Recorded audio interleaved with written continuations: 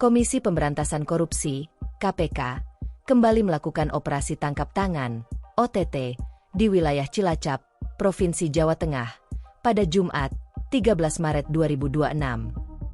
Dalam operasi tersebut, tim penindakan KPK dilaporkan mengamankan sejumlah pihak. Namun hingga saat ini lembaga antirasuah itu belum mengungkapkan identitas orang-orang yang terjaring dalam operasi tersebut, baik dari unsur penyelenggara negara maupun pihak swasta. KPK juga belum menyampaikan secara resmi konstruksi perkara dugaan tindak pidana korupsi yang melatar belakangi operasi tangkap tangan tersebut. Detail mengenai modus perkara maupun peran masing-masing pihak yang diamankan masih dalam proses pendalaman oleh penyelidik. Selain itu, informasi mengenai barang bukti yang disita dalam operasi tersebut juga belum dipublikasikan. Belum diketahui apakah tim KPK menemukan uang tunai, dokumen transaksi, atau barang bukti lain yang berkaitan dengan dugaan praktik korupsi. Sesuai ketentuan hukum dalam Kitab Undang-Undang Hukum Acara Pidana, KUHP, KPK memiliki waktu maksimal 1x24 jam untuk melakukan pemeriksaan awal terhadap pihak-pihak yang diamankan dalam operasi tangkap tangan. Dalam rentang waktu tersebut, penyidik akan melakukan pemeriksaan intensif guna menentukan status hukum mereka, apakah akan ditetapkan sebagai tersangka atau hanya berstatus sebagai saksi. Hingga kini publik masih menunggu keterangan resmi dari pimpinan maupun juru bicara KPK terkait detail pengungkapan kasus korupsi yang terjadi di Kabupaten Cilacap tersebut.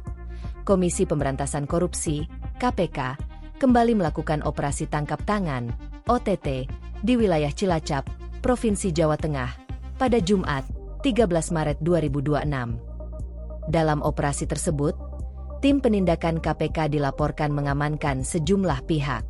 Namun hingga saat ini lembaga antirasuah itu belum mengungkapkan identitas orang-orang yang terjaring dalam operasi tersebut, baik dari unsur penyelenggara negara maupun pihak swasta. KPK juga belum menyampaikan secara resmi konstruksi perkara dugaan tindak pidana korupsi yang melatar belakangi operasi tangkap tangan tersebut. Detail mengenai modus perkara maupun peran masing-masing pihak yang diamankan masih dalam proses pendalaman oleh penyelidik. Selain itu, informasi mengenai barang bukti yang disita dalam operasi tersebut juga belum dipublikasikan. Belum diketahui apakah tim KPK menemukan uang tunai, dokumen transaksi, atau barang bukti lain yang berkaitan dengan dugaan praktik korupsi.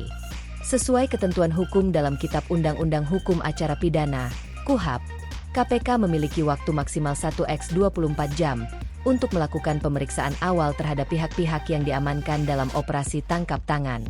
Dalam rentang waktu tersebut, penyidik akan melakukan pemeriksaan intensif guna menentukan status hukum mereka, apakah akan ditetapkan sebagai tersangka atau hanya berstatus sebagai saksi.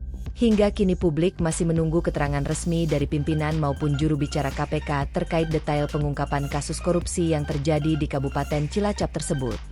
Download Tribun X sekarang, menghadirkan lokal menjadi Indonesia.